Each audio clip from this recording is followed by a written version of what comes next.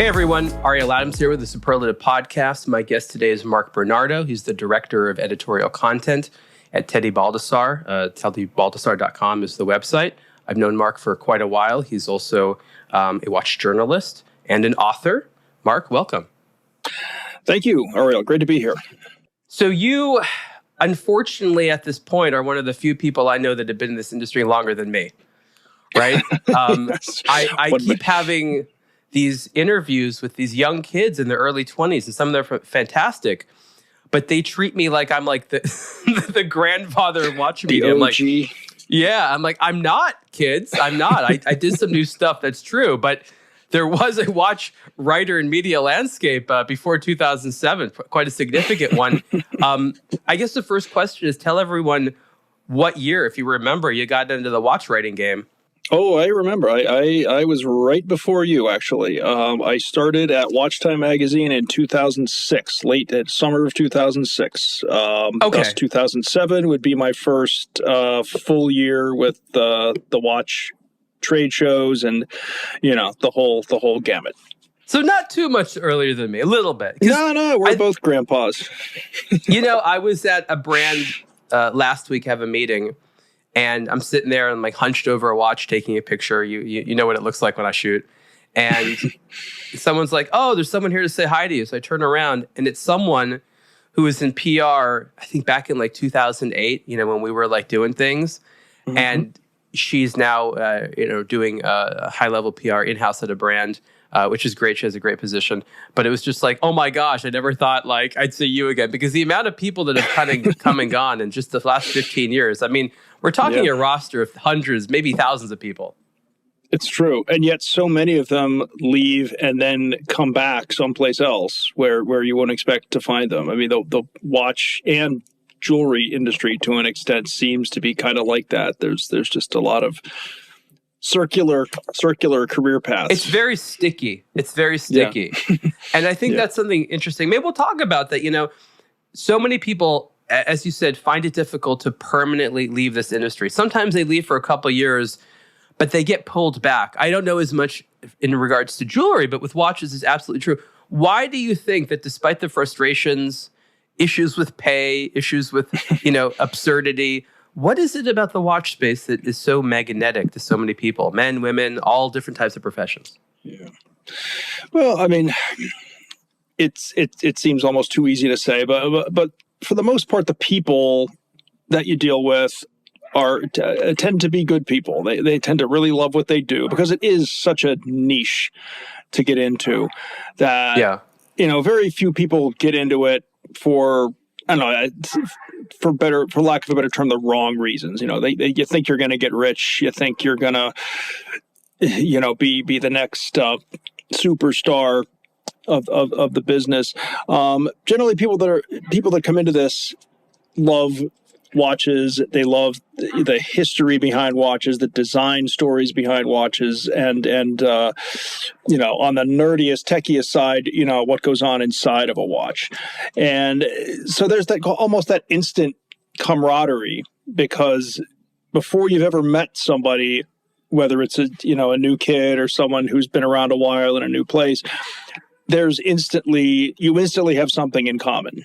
I mean, what we're talking about is on a very global level, shared passion. But really comes down to is that in the watch industry, people can rally around their love of a thing. Unlike, let's say, I don't know, the transportation or airline industry, where there's like no one airplane or airline or route that anyone cares about, but it's like we're all here to promote, global, transportation. Whereas in the watch space, we can literally sit there and agree we both love this object or this design or this history. And being able to share passion, we'll call it nerd out or just sort of be friendly in your work environment apparently is rare. And this is one of the few spaces that has it.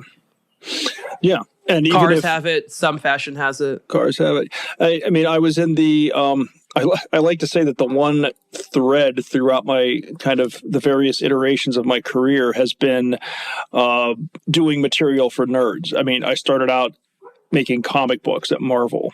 And we had our audience that just loved and debated about all those various things. I went from there to working at a cigar magazine, and there are cigar nerds. There are people who have, serious, serious debates and serious, intelligentsia, I guess, for lack of a better word, about cigars. Intellectual conversations about tobacco. Mm-hmm. And watches are just kind of the ultimate of that, because the thing about watches that's different from everything else that I've done is there is a luxury component that goes with it. There is, the kind of second answer to your original question that almost would go without saying for those of us that have been in this business is that there are a lot of perks to being in this business, as far as meeting interesting people, traveling to interesting places, going to interesting events, and even occasionally experiences that people don't, that a lot of professions don't get to experience. So I think that's part of it as well. I've tried to insert the term hobby as a good way of both describing what we're all into, as well as also trying to explain what I call the consumer behavior, consumer journey. Because I think that when you compare appreciation of watches to other hobbies, it starts to make sense. But until I started using the word hobby, I don't think I've ever heard anyone in the watch industry apply that term or even refer to it that way. Of course, they've used the word collectors a lot, and collecting is a hobby. But I want to know, in your opinion, why at least the watch industry has seemingly missed that term or shied away from using it. It's something I honestly hadn't thought about, but you're right. Rarely do you say watch hobbyist. You say watch enthusiast, you say connoisseur, you say, like you said, collector, aficionado even. It's almost like the word itself brings to mind much more prosaic things like stamps or figurines or something, and maybe that's it. I don't know. That might be a question. There is a lot of posturing in this industry. You think it's too pedestrian of a term for the luxury elitists overseas to feel comfortable with? I think you might be right, or it could be because it is such a. I totally don't know this for sure, but as you know, there's so many European words that make it into even the English vernacular about the watch industry. We refer to, it's the only industry I know where we refer to new products as novelties. And I guess that comes from the whole European use of it. And maybe they just don't use the term hobby that way over there. I don't know. It's true. In Europe, that is not a term which is used very often. And obviously, a lot of the vernacular that we apply comes from them in the language they use, for better or worse. Europe, in terms of a lot of the major economies, thrive off of essentially producing hobby items, whether it's luxury goods or high-end clothing. People who care about that topic and are nerdy about what they choose and are quite into details and want to show off their personality and spend time researching this or these are all hobbyists. America is the only place I've been to, maybe outside of Asia, where you'll have a store that has hobby in it. I know we have this Hobby Lobby. It's a chain, and lots of other hobbyist stores. Whereas in Europe, they take it much more seriously. No, this is not a bike hobbyist shop. This is a place where the fanciest mountain bikes are procured. All these little watch stores and all these little trinket stores. They're all like legions and legions of hobby stuff for collecting, but they don't refer to themselves that way, which is kind of funny. It takes a completely different culture. Even if we collect their stuff, even if they collect their own stuff, it's like they have to paint another cultural layer of relevancy on top of it. It's not okay just to be into something, right? Yeah. It's not a hobby; it's a pastime, or they don't go on vacation; they go on holiday. Maybe it's just a language barrier thing. Now, when you were writing for WatchTime magazine, which you did for a number of years, and you were at a newsstand, things that used to exist, and actually where I first saw WatchTime magazines, these magazines were often in the hobby section, right? That is true. I think when I was there, we successfully managed to, at one point, get them moved to the men's luxury next to your GQs and their cigar aficionados and the like. Right. But Yeah. Which happens sometimes. Yeah. But I remember seeing one next to Cat Fancy, okay? Right. Also a very respectable hobby. Yes, that people probably don't call a hobby. The cat probably wouldn't appreciate you calling it a hobby because it depends on you. So you were talking about writing comic books, which is sort of a fun part of your past, an uncommon thing. Yeah. I grew up reading comic books. I still do from time to time. And one thing I think is interesting about your comic book enthusiast, which is similar to your watch enthusiast, is in addition to an obsession for detail, there's also this idea of consistency, like canon storytelling. Like it's not just that the actual comic needs to be pretty and a fun story.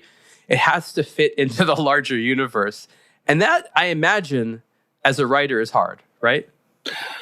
Yes. And as an editor working with writers, it's also hard because ultimately it's on you to make sure that those writers are sticking to the clockwork, shall we say, of the overall universe that's created.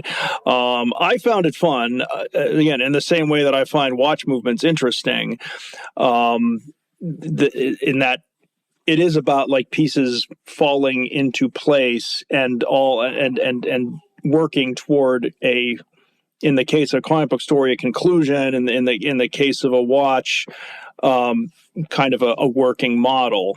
I mean, there's a payoff. There's a payoff to doing all this clockwork, to laying all this foundation and putting all these pieces into place, whether it's storytelling or building a watch. So I guess that's where I would see kind of a parallel, that there does need to be that attention to detail. There does need to be that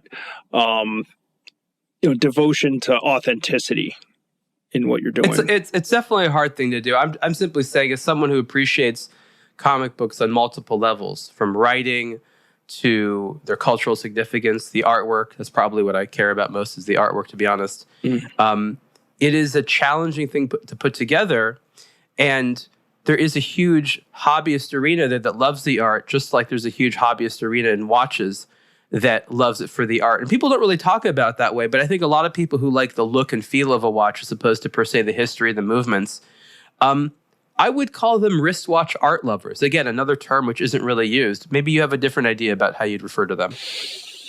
I mean, it would be the first. I mean, that's a good way of describing it. It's the first time I've heard that. Certainly, I see art when I look at a watch dial. I mean, even if it's just art in the sense of design, graphically.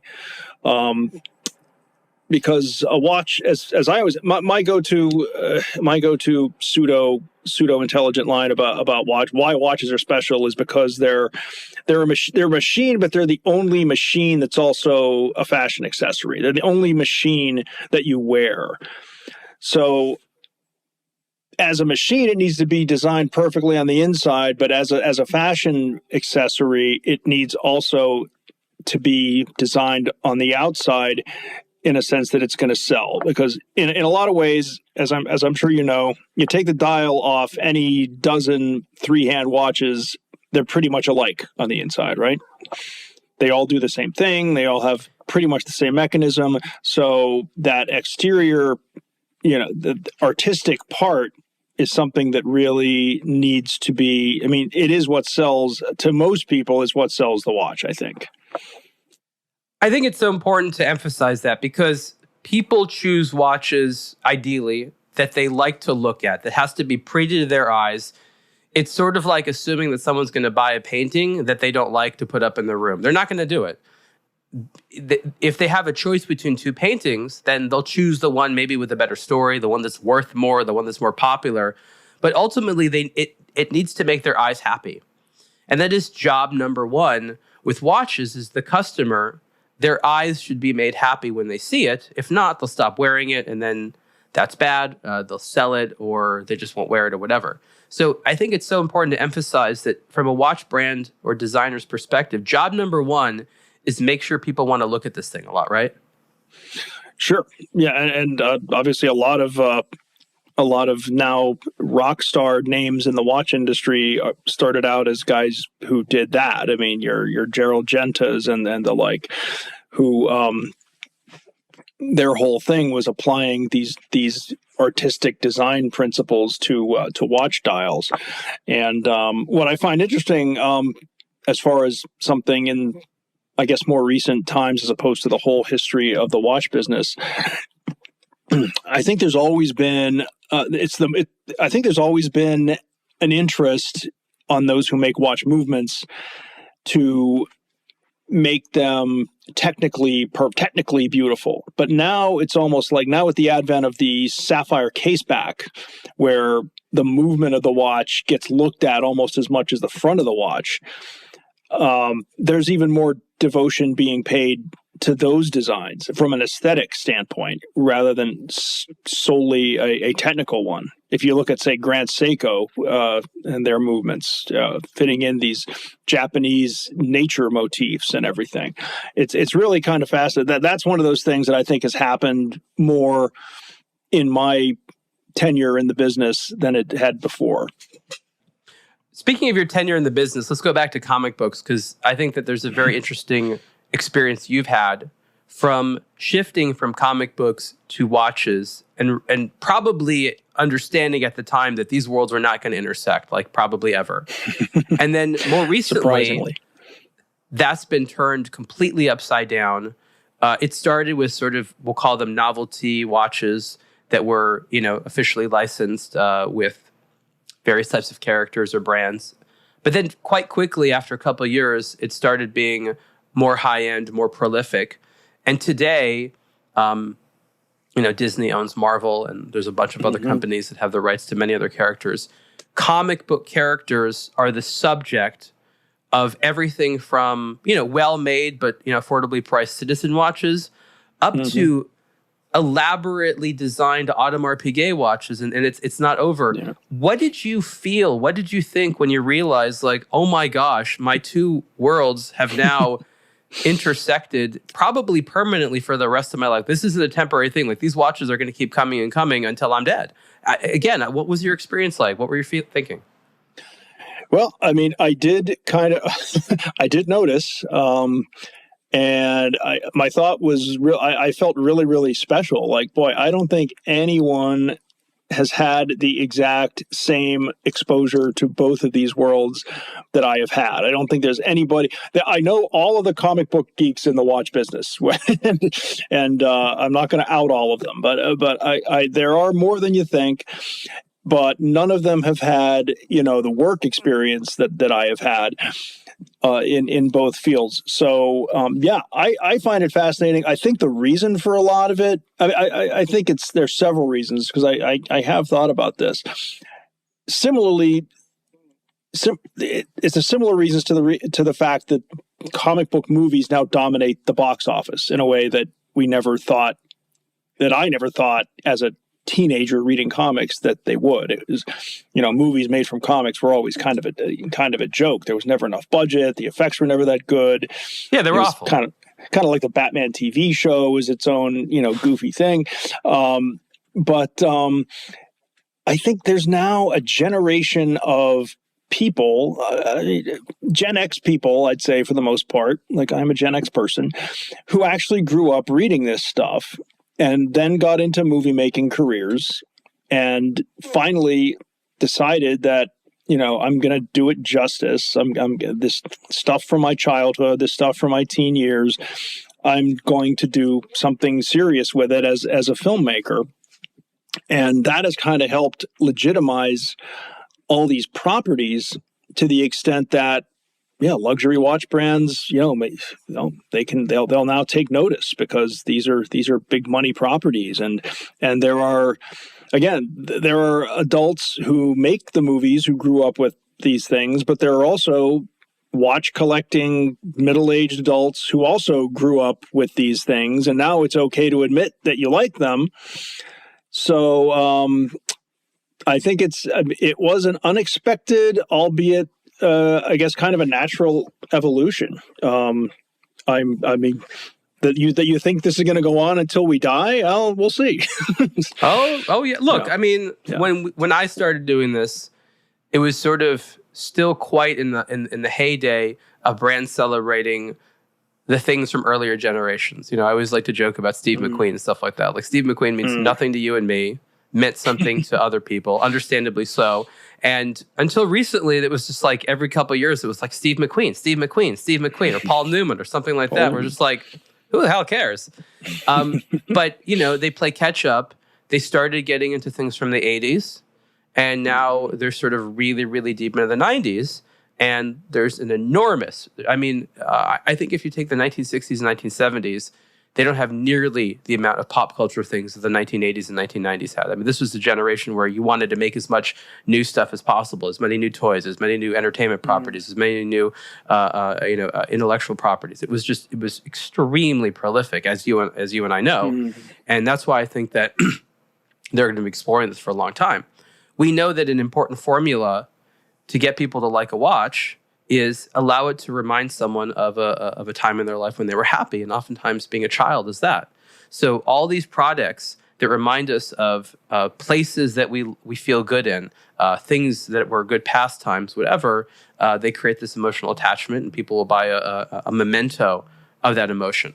And so that's why I think that there's going to be no end to this. I guess one question I have is, do you think that with the comic book watch, they've gotten it right so far, or do they still have a long way to go before you feel that they've truly covered the passion that you can have for both areas? I mean, obviously it's case by case, but I think for the most part, they have gotten it right, and gotten it right is also subjective. I mean, I personally think if we look at the Citizen pieces, of which there's a lot of them now, I love the Citizen piece that's kind of a tribute to the whole Marvel universe with a bunch of vintage clips of vintage covers on the dial, where it doesn't like really interfere. It's just the background. You have the three hands and the blue background, and you have these little snippets of 1960s comics on the dial.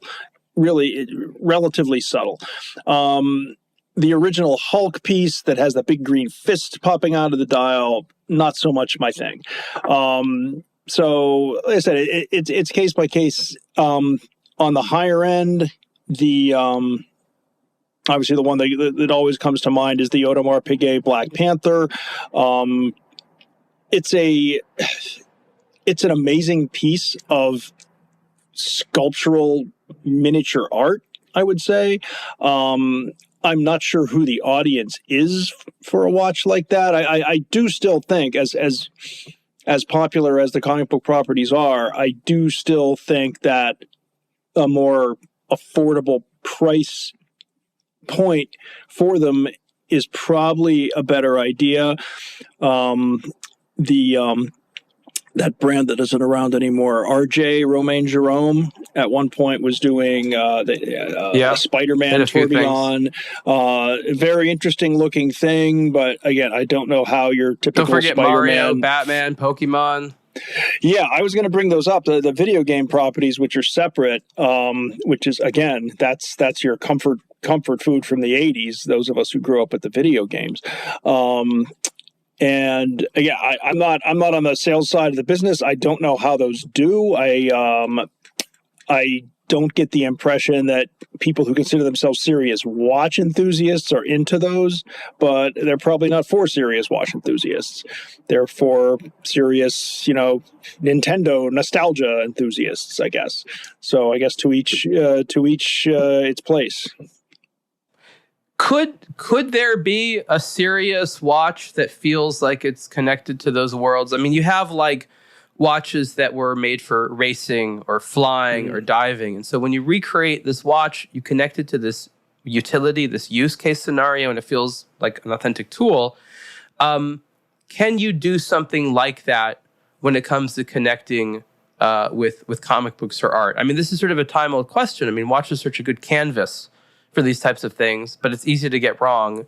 Obviously, I'm wearing a Pilot watch on my wrist. I can connect it to that universe very easily. It feels authentic. I wonder, is there a good way of doing that on the more artistic side? Yeah, I'm honestly not sure. I'd have to wait and see. I mean, I would point out that I don't think it's I think it's a little bit apples and oranges in a sense, because a pilot watch is made for a pilot. A pilot's an actual profession that has an actual use for a watch. A superhero, at least so far, isn't an actual profession. So I'm not sure it's the same thinking that would go into it, a utilitarian type of thinking. Maybe if someone really kind of drills down and thinks, okay, what would Batman actually wear on his wrist that would supplement his utility belt or something? Maybe. I mean, it's a subject that certainly I could sit down and geek out about for a while if we Here's an idea. wanted to do that. Thinking about it, professions that they make watches for, there has rarely been a watch for writers. Right. And we're a special scenario. I think one of the first things that comes to mind is, depending on the strap or bracelet, we'll take it off if we're actually writing or typing. We like to look at our time and at a glance see certain things when you're writing. You always have to keep mindful of time always. And there's also certain things you like to look at. If you're looking at a screen all the time, maybe certain fonts or contrasts are better or worse. And I've never really seen. There's been famous watches owned by writers, famous owners that we've talked about a lot. I remember with Cuervo Sobrinos going to Key West, they have the Hemingway stuff, and that was all cool. Right. But I think that it'd be interesting for people like you and me to work with brands to be like, here's a watch I would wear while writing and that was useful and that also sort of fits in that ethos. There could be a comic book or fantasy writer's watch. That could be a good direction. Or with comics, even an artist's watch. I mean, that would be probably different than a writer's watch. Similar, though. Similar. Yeah. I mean, if you have because a writer these days mostly uses a keyboard, whereas an artist, as far as I know, there's probably some AI out there too, but an artist still uses a pencil and a brush. Or a tablet of some form with one of those electronic pencils. Right. True. But there's I think you want it to be lightweight. You want it to be lightweight on the wrist. See, probably, it could be a tool. It could be a total maybe tool not, watch. An anti-glare or something. So you're getting it. You're feeling it. I just came up with this idea. This is not something I had in my mind. All right. I expect you to make some phone calls. Let's talk about your job right now. You work at a retailer, Teddy Baldassarre, who I guess began making content, sells watches, now has a store. I don't really have the full story. You went from being in media for quite a number of years to working on a retail side. Just that alone, what was that like? It wasn't as big a transition as one might imagine, because what I'm doing is still media. What Teddy started out doing YouTube videos of reviewing watches, and it all kind of grew from there into the online retail, now the brick and mortar retail. But what I was brought on board to do is kind of expand the written editorial. And what I was also told when I first started, which is unlike a lot of other venues that do watch media out there, is that we don't do anything sponsored. So what I do now is still, editorially independent to a great degree. What do you mean nothing sponsored? What does that mean exactly? It means that a brand can't pay for a video review. A brand can't pay for an article. But isn't the sponsor the store Teddy Baldassarre? It just has one sponsor. Isn't that the point? It's not. No, it doesn't really work that way. The editorial is just there. Is there to get traffic, to engage consumers. It's consumer oriented. It's not trade oriented. It's there mainly to get eyeballs to the blog itself, and at some point maybe convert those eyeballs to subscribers to newsletters, and eventually buyers to buyers. You'll agree that the sponsor is the Teddy Baldassarre store. Like, this isn't unsponsored. The sponsor is in. That's who signs my checks, and yes. Mm-hmm. Yeah. Okay. So you are that. So your job now is transitioned from covering watches for a publication to now creating content designed to, I guess, answer people's questions to engage people. Were there new skills you needed to learn to do that? Was it you just sort of took what you know and were able to do it easily? Or do you feel that you had to learn fundamentally new skills? Because it's a slightly different thing. Yeah, I mean, the main fundamental difference is whereas I was working for both print and online, I am now working exclusively on online content, and that is a first in all of my time in the business. Functionally, is there a big difference? Functionally, there's not, except for, just technical things like learning a new CMS, which pretty much everybody has to do when they start, working at a new online operation, and just to learn a little bit more about search engine optimization, that whole area of things. Yes, I'm a veteran of this fun topic. Which is the be all and end all of anything on the web. The hardest part I think about. Anybody, doing this kind of work is balancing out, what the almighty Google, wants to see with, what you want to write about and what you, with your editorial instincts, think that your core audience wants to see and wants to read. And I like to think I maintain a balance there. Yeah. And look, the process of how you go about producing content for an SEO-centric world is a whole microcosm, topic unto itself. It's not an easy thing. I've described the sort of position of watch retail right now as being highly transformative, meaning we're moving from some old models to some new models. And I actually think it would be good to have Teddy on the show at some point to talk about this. But we have this interesting niche right now where online retail works if you can get traffic. And so this is basically the old world. It was like, how do you get traffic as a store? Well, you open a fancy store and people walking by are like, oh, I want to go in there. That doesn't work on the internet. If you don't have a road to your store, digital or otherwise, no one's going to you online. So having popular videos is and this is how it works. It's not that the video is like, hey, I sell watches, buy this exact thing. It's I'm talking to you about something that I think you'll care about. Oh, and while we're having this conversation, I want you to know that I as a business, I sell watches. So capturing the attention on the internet is more than, hey, you want to buy a watch. It's you're curious about a watch or you want to buy nice stuff. It's actually quite open-ended what will initially attract people's attention. But the whole name of the game is if we don't have people coming to our store, we can't sell them watches. And getting people to your website is hard to do these days. It's much harder now than it was in 2007 when I started. And the only quote-unquote free way, it's not really free, you have to make content, without basically paying for traffic, is to produce what they call engaging content. But what is engaging content is a matter of interpretation as well as a moving target. True.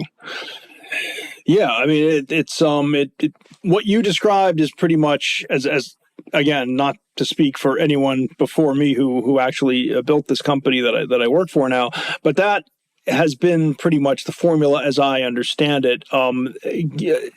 Teddy gains trust with the watch review videos, builds that audience, and then when it comes time for retail, there's a built-in audience that already goes to this site and already trusts the people behind it.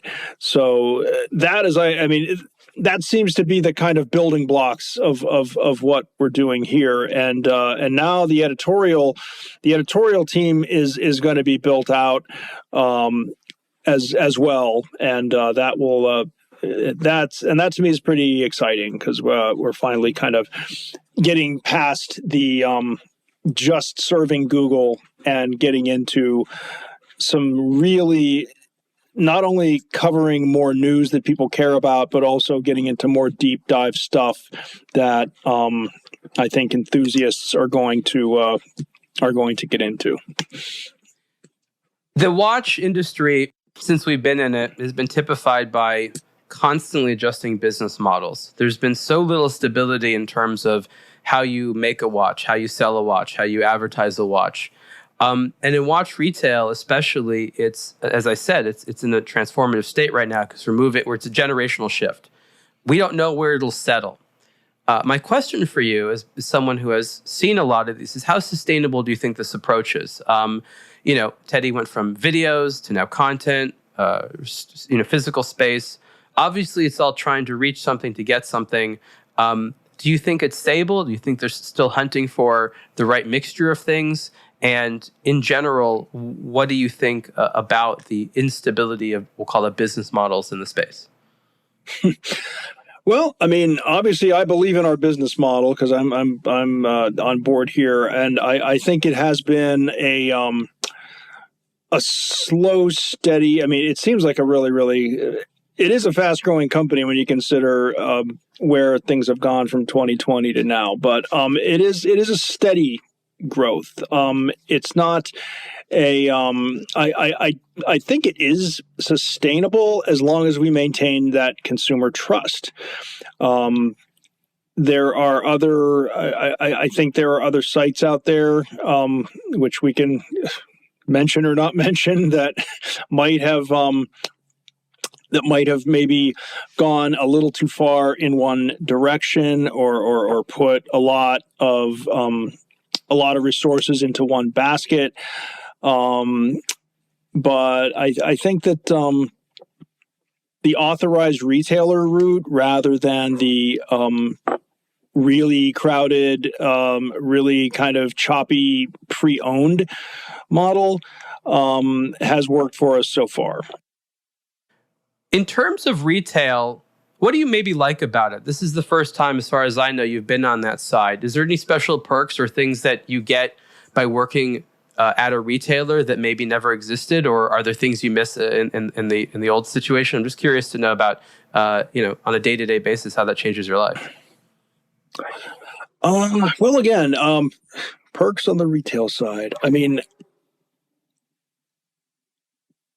I guess I being on the connected to the retail side while not actually being on the retail side, I probably get more early news on new products than most editorial people do, even stuff beyond embargoes, because the retail people, the marketing people deal with the brands on a different level, and we know what's coming out a whole year in advance. So that's helpful from an editorial planning standpoint. It's also helpful as far as if I want to review something, and I know that, say, Zenith or Longines is coming out with something in September. I'll say, hey, can we get a hold of that? And we'll get it nice and early and get some content out for you when the watch launches. I mean, there's probably a little bit of this at various outlets, but that's one of the things I've noticed. Like I said, in general, what I do day to day is very similar to what I was doing before, minus the office atmosphere. I've been working since the company's based in Cleveland and I am in New York State. I have been working from home since August of 22. That works out, right? It's good for a writer to do that. Yes. Now that I'm doing, a lot of writing and not really so much editing at this point, that is an ideal situation to be in. Do you think you're still going to be going on press trips, or is that not sort of part of the territory anymore? I've been keeping fairly active. It's a bit more of a commute from where I am.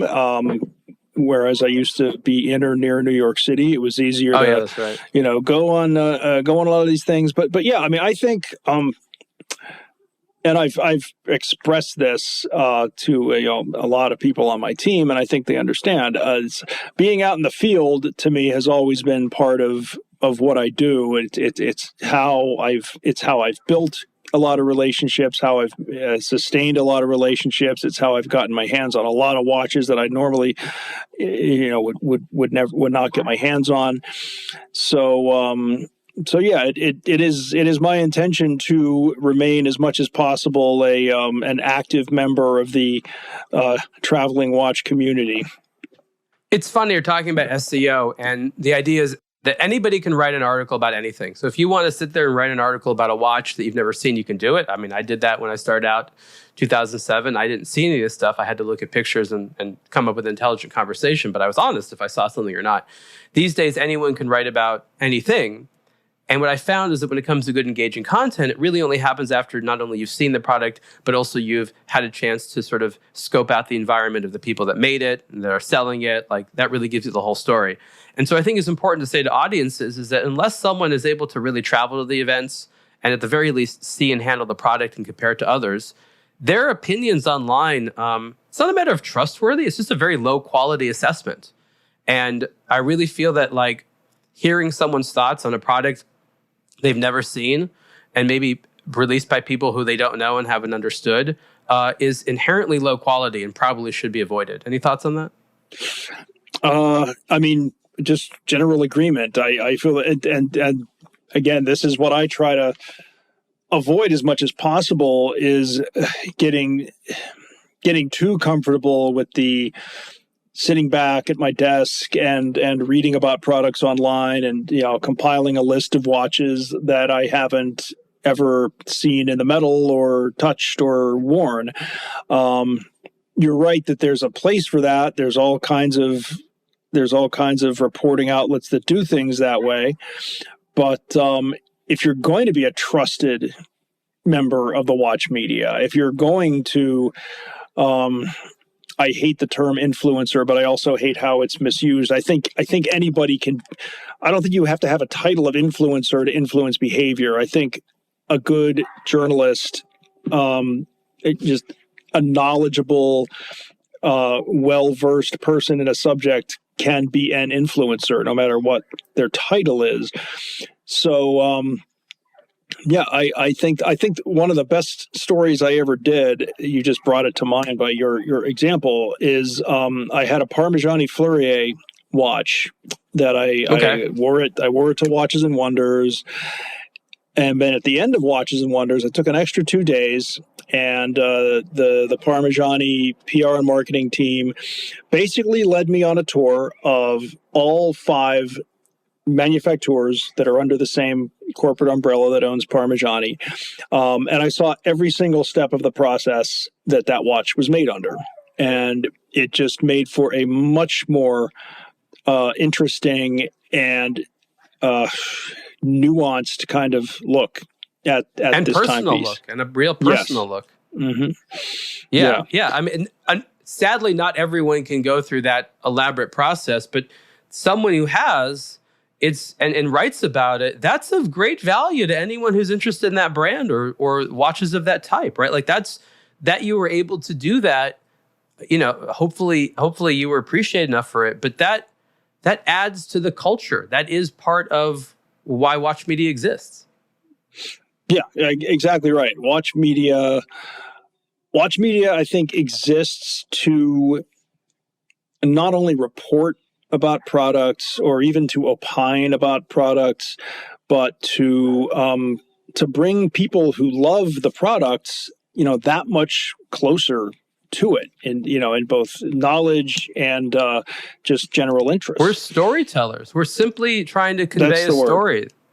Mm-hmm. I see this stuff, whether it's how a watch is made or what it looks like on my wrist. I know not everyone can see that, and I do my best to package that in a way that can be transmitted through an article or through photography or through video or through a podcast conversation. Because, it's funny, when you go to these factories, there's this weird magic. It's happened to you and I many, many times over, where, like, we started by, like, not caring about the watch we're outside, and by the time we're done, we're like, wow, if I had the money, I would totally buy one of those. We don't even know why we feel that way, right? Yep.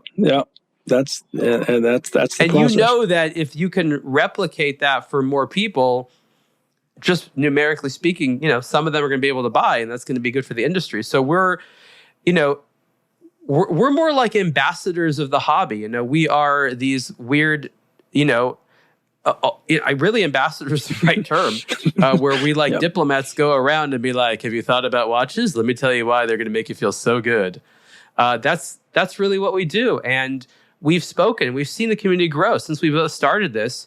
I would venture to say that the number of people on a daily, weekly, monthly basis that read watch content has really increased. This went from being, more on the niche side. I would be surprised if there was 1 million people in the United States who were into it, to now being much bigger. When did you realize that this hobby was growing?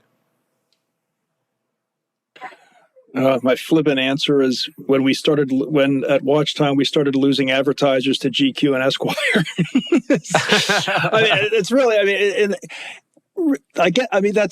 it's flippant, but it's kind of true. It's like when the hobby, I will go to calling it a hobby like you do. When the hobby started growing from being a niche, and this actually kind of happened right in the 2000s, I think, when I got started. And there was more mainstream interest. Mainstream interest enough that magazines, that more general interest magazines that would barely write about watches other than maybe throw them in a gift guide feature or something, were doing, stories about, well, here's why this Heuer chronograph is important because of your Steve McQueen and your Formula One history and everything. The stuff that I was used to doing for WatchTime, and I was used to reading in IW and Revolution, and eventually on blogs like yours and Hodinkee. I was now seeing more of this stuff in just the men's magazines that I was reading, and of course, it's a good thing for the industry. It makes our jobs a little bit harder, as far as, keeping up and trying to stay ahead of the game, showing that those of us that specialize in this are still, kind of should be the go-to resources.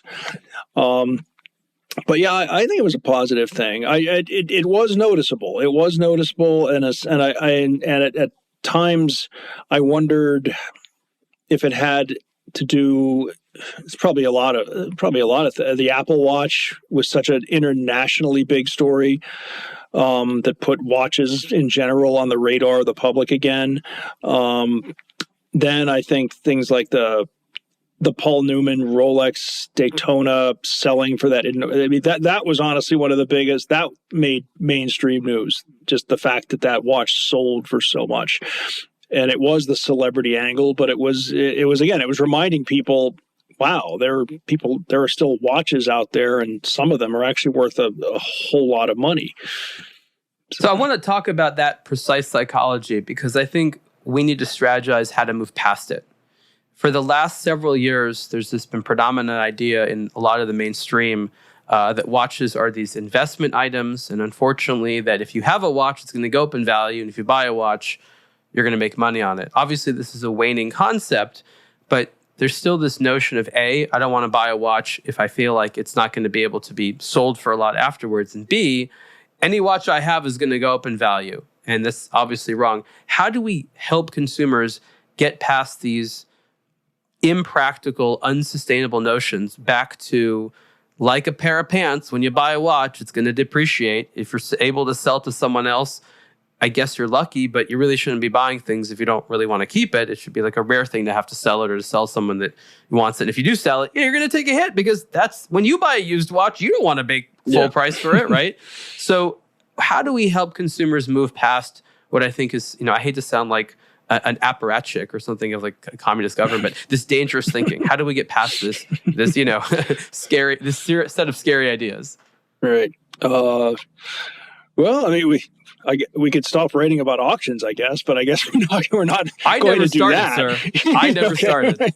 Yeah. No, I think it was 12 years ago or something like that. Mm-hmm. I wrote an article that was basically a warning about watch auctions. It was like 10 things you need to know about watch auctions. And since then, the policy on aBlogtoWatch has been, if an auction house wants to reach our audience, it's going to be through advertising. And it's been that way ever since. And I don't think we've had any problems as a result.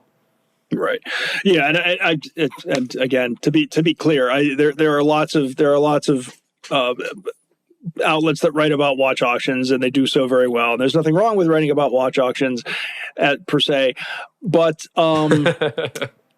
there are two things. All right, there are two things I think we can do. One is just the expected thing, where we write about exactly the kind of cautionary tale kind of thing that you were just describing. We do an article that says, here are 10 things you should be aware of when you want to sell a watch, or here are 10 like inconvenient truths about a watch when you buy it. It's like a car, it starts depreciating in value as soon as you take it out of the store for most parts. That's the kind of hard and fast. I'm coming off as an expert, so I'm telling you not to do this or to be careful to do this. But I think the more subtle way of doing it, and it's almost organic, I think for someone like me, and probably for a lot of people who write about these products because we're into them and we think they're interesting and fascinating, is just when you write about watches, make it about that. I mean, make it about the design, make it about the history, make it about why the technology in it is so special. I mean, and the photography, I'm not a photographer, but the photography plays a part in that too. It's like beautiful watch photography should engage somebody to want to own a watch. It shouldn't like you used the art analogy before. It's like people who buy paintings to flip them. It's like you either see it as a commodity or you see it as something you love. And I think we should be writing for people who, see these things as something they love more so than as commodities. I can't relate really to people who just see them as commodities. It was the same thing, honestly, with comics back in the 90s, but that's a whole other story.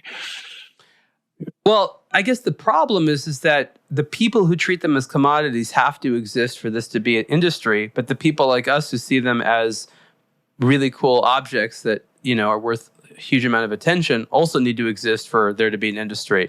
And I think that's one of the fun things about the watch industry is that for it to be functioning, it requires a bunch of people that inherently don't get along having to work together. Right? Just think about the conflict between the people in the factory or in the marketing department at a brand. These people have nothing in common, yet they need each other. Yeah, I mean, and I think we may have even talked about at one point the inherent conflict between those of us on the editorial side and all of our friends on the PR side. We mostly all really, really get along. We're very friendly, but we're inherently kind of pushing in different directions as far as what is expected of us and from us what's expected of them. But again, I guess it goes back to the analogy about one big clockwork. Pieces are kind of pushing together, but ultimately it all runs and produces something hopefully positive.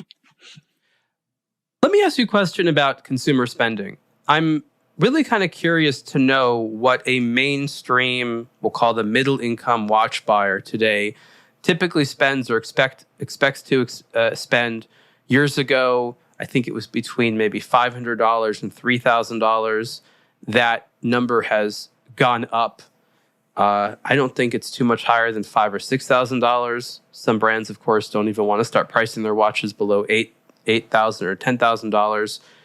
What do you have to say about certain areas of popular spending? The typical U.S. consumer that buys a watch. And again, I know it's hard to say typical, but not the very highest end, not the very lowest end, but comfortably in the middle.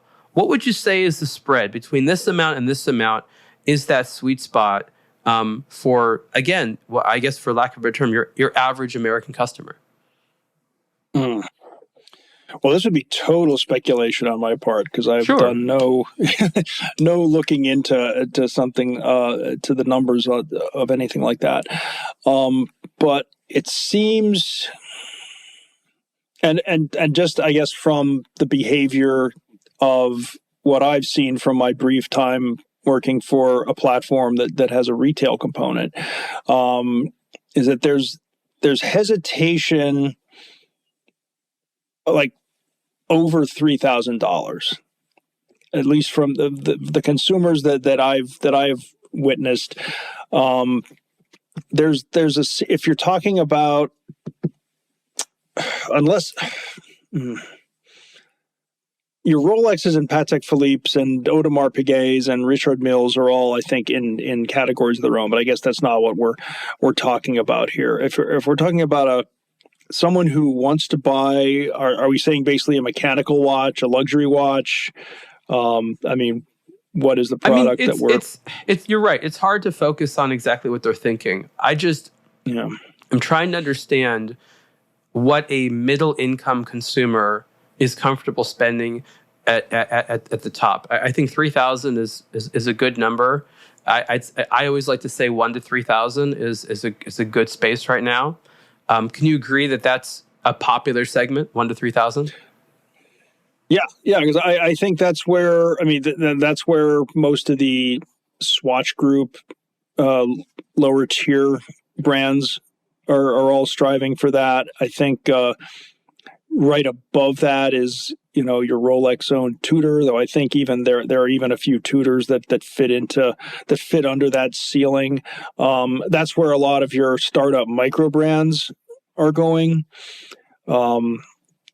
So yeah, I think, and when you're saying over $5,000, I think when you're starting to get over $5,000 is when you need to show something special. You need to either be a super established brand, or you need to have something artisanal about it that makes it worth that kind of a ticket price. But yeah, I think that would be the ballpark for at least most of the watch aficionados that I've met since being here.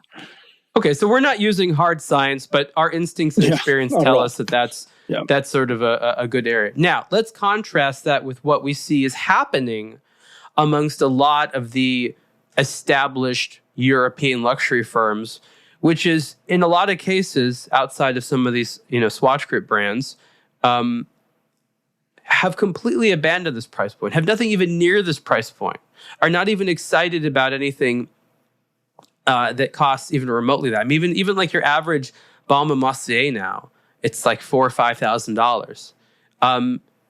Why do you think it is that, Richemont to a large degree, LVMH to a large degree, has completely gotten out of this area? I mean, the entry-level Tag Heuer watches are sometimes at the upper levels of this now. And LVMH seems to be moving further away from this. They keep wanting, more desirable things, more high margin. Okay, but Tag Heuer used to be a great, what I call bar mitzvah watch. There's better options now for the price now. That's an issue. So why do you think there's been this disconnect between what's clearly happening in the market and where a lot of the companies that we've been covering for years are going with their prices? Well, if I had a real answer for that, they could hire me to run an LVMH brand. I guess, a lot of it certainly is just the cost of advertising and marketing. A Tag Heuer watch, for example, the cost of the advertising and marketing is probably built well into that watch, even though maybe, and not to pick on Tag Heuer specifically, of course, but there could be a mechanical watch from some startup brand that would be, say, under 2,000 with a similar movement, and a Tag Heuer watch maybe would be a little more than that, and I'm guessing that's a large part of it. Maybe there is also there's a prestige aspect. There is a history behind the brand to sell. I am pretty much at the same dilemma as you as to figure out exactly why these decisions are made.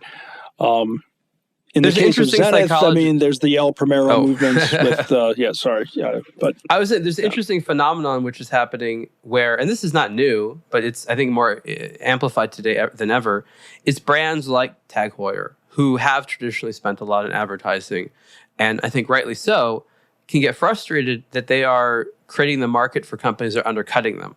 So because they have to charge a lot of money for their watches to support the advertising, they're creating an interest in watches, and they feel that all the little guys are coming in and taking advantage of their the demand they're helping to create for luxury timepieces, but they're buying a lookalike brand or a similar theme and a smaller brand with a lower price. And there is a very real resentment out there among some of the big luxury players, again, if it justified or not, that when we advertise, we're benefiting our competitors, maybe even more so than we're benefiting ourselves. And I can understand the emotional hurdle that creates. I don't know that scientifically speaking, it actually ends up that way. I think there's a sort of argument for the rising tide helps rise all the ships kind of mentality. But you and I have both been in this industry long enough to notice that these brands overly rely on emotional thinking as opposed to practical utility. Yeah. I think no, I was digesting it, but it's a very good point. It's a very good point that you're making about the smaller brands undercutting. I'm also now just reminded of the whole complex web of who buys movements from whom, and what those movements cost and how those movements are finished. That's a whole Switzerland issue. Yeah, pricing is that's a tough nut to crack, obviously. We'll see what happens. I mean, that's the interesting thing. There is an enormous amount of players in the market right now. And what I mean is there's a lot of brands selling a lot of watches at a lot of different price points. We are now at I think, more stable part of the consumer market. We're not in a bubble right now. There's sort of a low baseline right now, which is good. And we're able to observe what real demand is, what sort of stable, expectable consumer behavior is. And that's a good point for the industry to be in. But there's still going to be an enormous amount of experimentation with what brands are going to be ultimately doing well 5 years from now, 10 years from now. And I've written about this. There's a big question as to where people are going to be, buying watches. I think that a lot of them will be buying from Teddy Baldassarre and finding them through content that you, Mark, and your team are making. And I think that that's it's a great time to be an experimental watch retailer, but it's also a challenge because, as we know, what has Switzerland done every single time they see a good business model? They're like, oh, we'll do it ourselves. So I wonder how retailers today, especially the more novel ones, can not only continue to do well, but to protect their right to do it and the respect and the sort of sharing relationship that they ideally should have with the brands that they sell, so that we don't have a repeat of brands being like, thank you for telling us how to do it. Now we're going to do it. Please move aside, sir. And I'd love to, I'd love to hear from you. What do you feel are the hardest to copy things that you do, protecting you guys from some of these brands potentially wanting to do it themselves? Because they did that on the street with brick and mortar. It's like, we'll do our own stores. Obviously, brands have their own online stores right now, but most of them are not very good at getting traffic to it. So they rely on authorized dealers like Teddy Baldassarre, who specializes in getting eyeballs. That's really the service they're paying for. But if brands think they can do it themselves, whether or not they can, they'll probably try it. I just like that. We're basically out of time, but I'd love to hear your thoughts on that. Yeah. Well, my answer, fortunately, is probably a rather simple one. The one thing, what brands cannot duplicate is authentically independent coverage. If what you said about, I appreciate what you said about, hopefully my content and my teammates' content might be helpful to build up that business in the future. That I think is important because you can, if you're a consumer and a brand is telling you how great the watch is, then and then maybe some other, I'm losing it now. If a brand is telling you how great the watch is, that's one thing. But if an independent journalist or influencer or any kind of media figure or ambassador, to use the term you used before, tells you that independently of the brand's advertising, independently of all of the brand's verbiage of all kinds, I think that is a more powerful influence on a buying decision.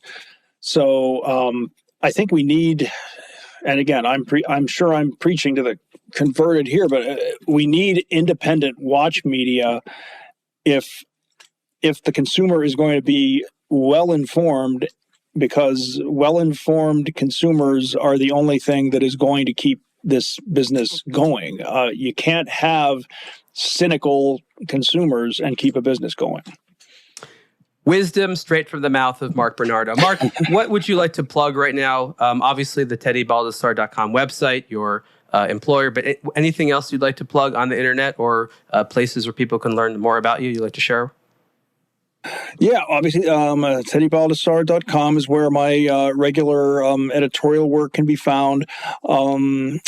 I would also love for people to check out the book that's behind me, Airtime, which I think can still be purchased either by Rizzoli online or by Amazon. It is a comprehensive history and guide to pilots' watches. It's the third of a trilogy. I also co-wrote the second part of the trilogy, which was Sea Time, which was a similar volume about dive watches and yachting watches, which I wrote with my writing partner Aaron Sigmund. They're kind of rare now, but they can still I think they can still be had through secondhand sources. And knock wood, there may be another one of those down the pike, and you will be one of the first to know if there is. Thank you. This has been the Superlative Podcast interview with Mark Bernardo. Mark, thank you so much. Thank you.